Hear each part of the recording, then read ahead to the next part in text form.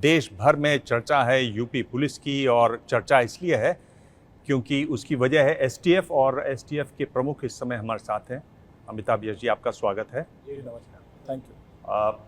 ये जो एनकाउंटर हुआ, इसको आप कितनी बड़ी उपलब्धि मानते हैं और ये हुआ कैसे, इस पर आप कुछ विस्तार से बताना चाहेंगे? जो घटना 24 फरवरी को आपने देखा होगा सीसीटीवी फुटेजेस के माध्यम से, एक गवाह उमेश पाल जो एक इम्पॉर्टेंट विटनेस था, उसे उत्तर प्रदेश पुलिस ने सिक्योरिटी के लिए जवान प्रोवाइड कर रखे थे जिनके पास सोफिस्टिकेटेड ऑटोमेटिक वेपन्स थे। उन तीनों की सुनियोजित तरीके से दिन दहाड़े हत्या की गई।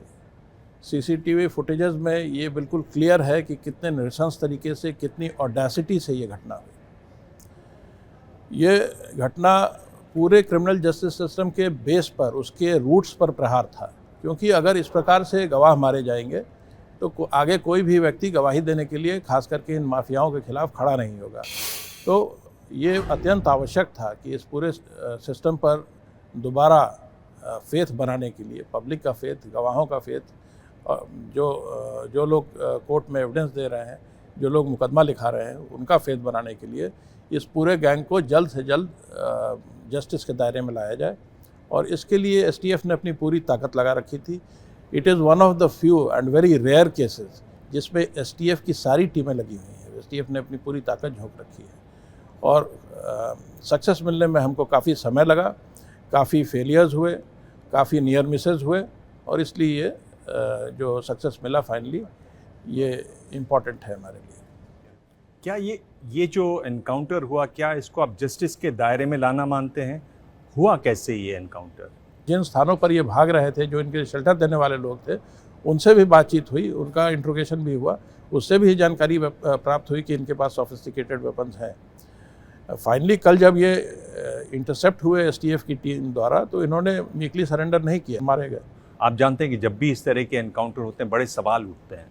तो सवाल ये उठ रहा है कि भाई किसी पुलिस वाले को कोई गोली नहीं लगी, जबकि इतने बड़े शार्प शूटर थे ये दोनों। पिछली बार जब घटना हुई 24 फरवरी को, तब 2 पुलिस वाले मारे गए। इस बार इनका सामना एसटीएफ से हुआ। एसटीएफ यूपी पुलिस की बेस्ट ट्रेंड और मोस्ट मोटिवेटेड विंग्स है। इसके अलावा एसटीएफ जो है वो हमेशा बेस्ट वेपन्स के साथ ट्रेनिंग करती रहती है, बेस्ट टैक्टिक्स में ट्रेंड होती है, और साथ ही इस बार हम बहुत ही वेल प्रिपेयर्ड थे। इस बार इनिशिएटिव हमारे साथ था। We knew that we are going to intercept them. हम उनको ट्रैक करने की कोशिश कर रहे थे। They were taken by surprise, और उन्होंने फायर किया, तो एडवांटेज हमारे पास था। इस बार हमारा नुकसान नहीं हुआ, अन्यथा पहले नुकसान हुआ था यूपी पुलिस का। ये भी बता रहे हैं हमारे जो रिपोर्टर गए वहाँ पर कि जहाँ पर ये गिरे हुए पाए गए, उसके आगे कोई रास्ता नहीं था, रास्ता बंद था।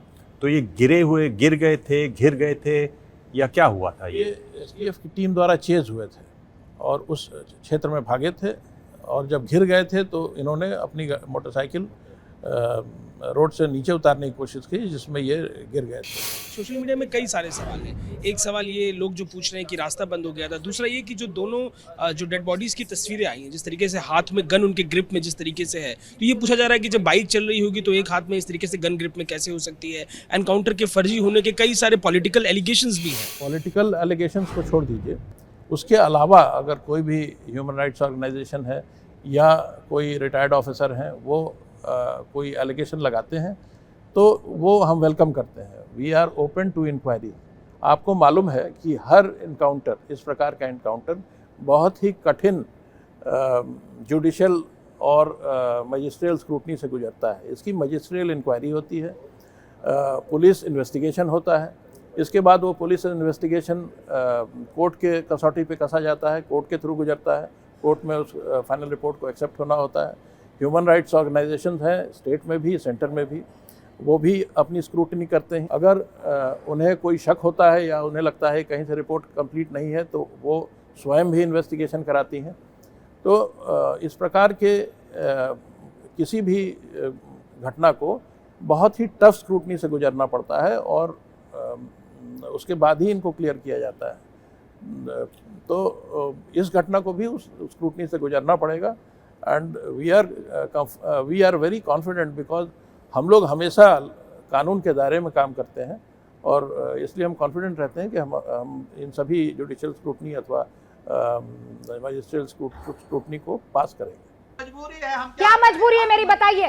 मैं अभी आपको बताती हूँ कि मैंने ओए होए होए होए होए, नमकीन के चटकारे लेते हुए टकटकी मार के डिबेट शो को पॉज रिपीट कर कर के देख रहे हैं जोगिंदर जी। इनकी तरह आप भी देखें अपनी फेवरेट डिबेट्स को रिपीट कर और डाउनलोड कीजिए एबीपी लाइव ऐप अपने स्मार्ट टीवी पर।